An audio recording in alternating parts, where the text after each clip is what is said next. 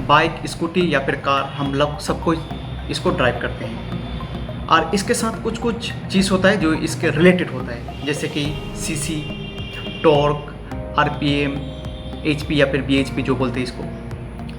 तो आप लोग ने शायद ये सब के बारे में सुना होगा, लेकिन पता नहीं होगा कि ये सब एक्चुअली होता क्या है। तो आज के इस वीडियो में मैं आपको समझाऊंगा ये एचपी या फिर बीएचपी बोलो या फिर टॉर्क या फिर आरपीएम बोलो, ठीक है ना, या फिर सीसी, इसके बारे में आपको समझाऊंगा।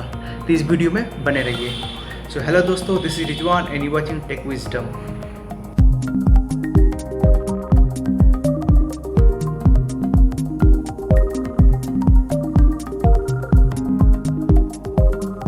पहले जो पॉइंट आता है वो आता है सीसी। सीसी का फुल फॉर्म होता है दोस्तों क्यूबिक सेंटीमीटर।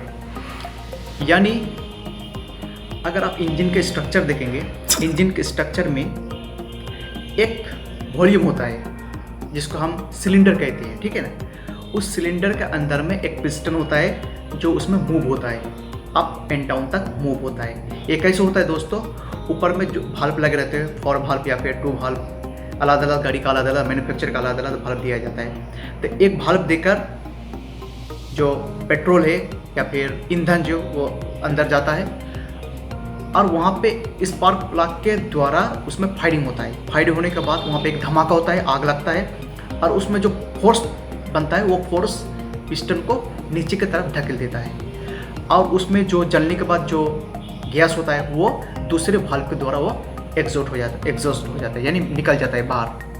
तो इसमें ये फंक्शन इंजन में काम होता है।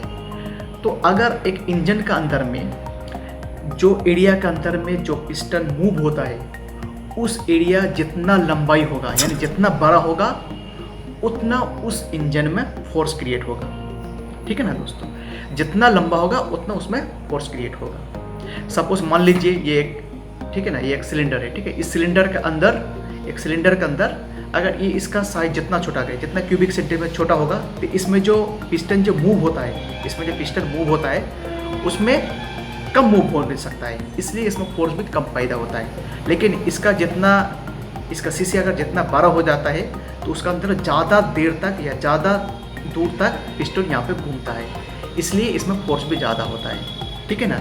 मैं आपको समझाऊंगा कि ज़्यादा सीसी होने से गाड़ी अच्छा होगा या फिर कम सीसी का गाड़ी लेना अच्छा होगा, ये भी हम आपको बताएंगे नेक्स्ट वीडियो में, यानी नेक्स्ट स्टेप में आपको बताएंगे इसको।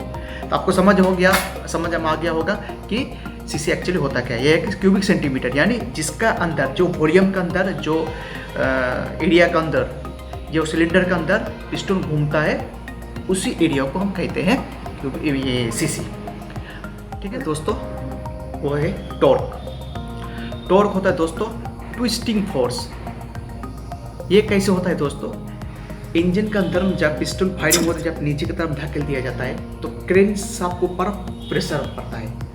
तो जितना प्रेशर देकर, जितना फोर्स देकर एक क्रेन शाफ्ट को घुमाया जाता है उसी को कहते हैं टॉर्क। दोस्तों टॉर्क का जो फॉर्मूला है वो है torque is equal to force into distance. यानी आपका इंजन में अगर फोर्स और डिस्टेंस जितना ज़्यादा होगा उसका टॉर्क उतना ज़्यादा मिलेगा। उसका समझे मैं एग्जांपल शुरू करें। मान लीजिए ये एक रेंज है, ठीक है ना, इसका मान लीजिए ये स्केल है, लेकिन मैं एग्जांपल शुरू दिखाता हूँ। स्केल यानी ये रेंज है। तो मान लीजिए यहाँ पे एक नाट लगा हुआ है, मेरे फिंगर में नाट लगा हुआ है। अगर मैं इसको यहाँ पे लगाता हूँ और इसको अगर टाइट करता हूँ या फिर खोलता हूँ, तो अगर इसका हैंडल जितना छोटा होंगे, इसका हैंडल जो है जितना छोटा होंगे उतना फोर्स देकर हमको टाइट करना पड़ेगा या फिर इतना फोर्स देकर हमको खोलना पड़ेगा। लेकिन अगर इसका लंबाई ज़्यादा हो, यहाँ से होता है, यहाँ से आप जब इसको घुमाएंगे तो कम फोर्स लगेगा आपको और वो जल्द से जल्द टाइट हो जाएगा नाट, या फिर जल्द से जल्द वो खुल जाएगा। इसी को कहते हैं, तो जितना फोर्स देकर इसको खोलते हैं या फिर लगाते हैं इसी को कहते हैं फोर्स। तो क्रेन शाफ्ट के ऊपर इंजन जब पिस्टन फायरिंग होता है, जब नीचे को धकेल देता है, जितना फोर्स देकर क्रेन शाफ्ट को घुमाया जाता है वही फोर्स को कहते हैं दोस्तों टॉर्क। तो टॉर्क का फॉर्मूला मैंने बताया आपको क्या, torque is equal to force into distance. मान लीजिए आपका जो फोर्स है वो 20 पाउंड का है, ठीक है, और जो इसका लंबाई है ये 1 मीटर का समझ लीजिए। तो फॉर्मूला के हिसाब से क्या होता है, टॉर्क होता है 20 pound into 1 feet is equal to, torque होता है is equal to 20 pound feet. लेकिन दोस्तों ऑटोमोबाइल सेक्टर में इसका यूनिट का इस्तेमाल नहीं होता है। इसके लिए अब क्या करना पड़ता है, आपको जो अमाउंट निकला है, जो यूनिट निकला है 20 पाउंड फीट, उसको फिर से टॉर्क में निकालने के लिए उसको मल्टीप्लाई करना पड़ता है 1.3558 देकर। तो अगर 20 पाउंड फीट को 1.3558 देकर आप कैलकुलेट करते हैं यानी मल्टीप्लाई करते हैं, तो रिजल्ट आता है is equal to 27.116 NM. NM मतलब न्यूटन मीटर। तो दोस्तों ऑटोमोबाइल सेक्टर में टॉर्क को यूनिट किया गया है यानी कैलकुलेट किया गया था एनएम के द्वारा यानी न्यूटन मीटर के ऊपर। तो आपको समझ हो गया कि ये टॉर्क क्या होता है। तो आरपीएम का फुल फॉर्म होता है रिवोल्यूशन पर मिनट, यानी इंजन के अंदर में जो क्रैंक सब जो घूमता है 1 मिनट में जितना मरतबा घूमता है उसी को कहते हैं आरपीएम। मान लेता हूँ ये इसको फोर्स लगा कर खोलता हूँ मैं, तो इसका फुल एक राउंड खोलने में जो फोर्स लगता है वो तो टॉर्क हो गया, लेकिन वो घूमने में एक राउंड घूमने में जो होता है, अगर 1 मिनट में जितना मरतबा वो घूमता है उसी को कहते हैं आरपीएम यानी रिवोल्यूशन पर मिनट। तो ये क्रैंक सब को अंदर में ये घूमता है, तो जितना मरतबा 1 मिनट में जितना मरतबा घूमता है उसी को कहते हैं हम आरपीएम। तो आरपीएम और जो टॉर्क ये भी इसके साथ कनेक्ट है, मैं आपको समझाऊंगा फिर से। दोस्तों हॉर्स पावर एचपी जिसको कहते हैं, हॉर्स पावर टॉर्क और आरपीएम के साथ भी कनेक्ट है, यानी आपका अगर इंजन में टॉर्क और आरपीएम जितना ज़्यादा होंगे उसका हॉर्स पावर उतना ज़्यादा मिलेगा आपको। तो हॉर्स पावर का जो फॉर्मूला है वो होता है horse power HP is equal to T for torque into RPM revolution per minute by 5252। इसको कैलकुलेट करने के बाद जो रिजल्ट आता है वो होता है HP। तो अगर आपका गाड़ी में टॉर्क ज़्यादा होंगे या फिर आरपीएम ज़्यादा होंगे तो इनडायरेक्टली आपको जो ये क्या कहते हैं हॉर्स पावर जो वो हॉर्स पावर आपको ज़्यादा मिलेंगे।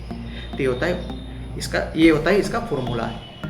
अब सवाल होता है कि हमें गाड़ी में कौन सा चीज़ की रिक्वायरमेंट चाहिए, हमें ज़्यादा सीसी चाहिए या फिर ज़्यादा टॉर्क चाहिए या फिर ज़्यादा हॉर्स पावर चाहिए। तो ये आपके रिक्वायरमेंट के ऊपर डिपेंड करता है। मान लीजिए मैं आता हूँ पहले सीसी की तरफ। अगर आपका पास माइलेज ज़्यादा वैल्यू रखता है आपके पास के, अगर मेरे पास माइलेज ज़्यादा होना चाहिए गाड़ी में, माइलेज ज़्यादा होना चाहिए, तो आपको कम सीसी की बाइक या फिर गाड़ी में जाना चाहिए, कम सीसी के इंजन में आपको जाना चाहिए।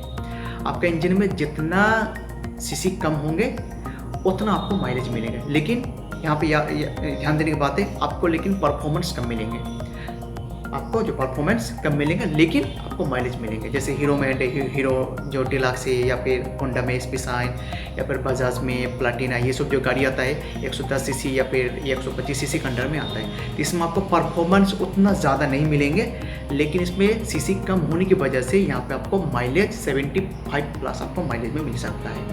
तो अगर आपका रिक्वायरमेंट है माइलेज तब कम सीसी में जाइए, अगर आपका रिक्वायरमेंट है कि नहीं मुझे ज़्यादा परफॉर्मेंस चाहिए, ज़्यादा पावर चाहिए, तो आपको ज़्यादा सीसी के इंजन में जाना चाहिए बाइक के साथ या फिर कोई भी दूसरी गाड़ी के साथ। उसमें आपको ईंधन की खपत ज़्यादा होगी यानी माइलेज कम मिलेगा, लेकिन आपको परफॉर्मेंस ज़्यादा मिलेंगे।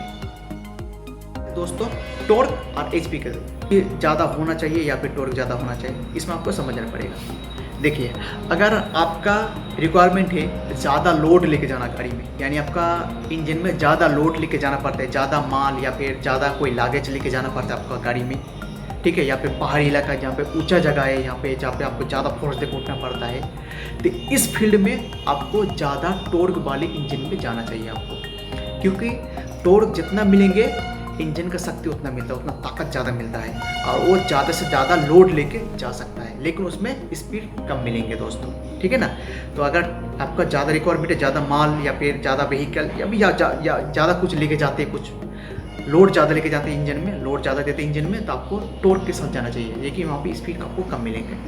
लेकिन आपको चाहिए कि फास्ट स्पीड ज़्यादा तेज़ी से जाए कोई भी गाड़ी, तो यहाँ पे आपको जाना चाहिए हॉर्स पावर के साथ।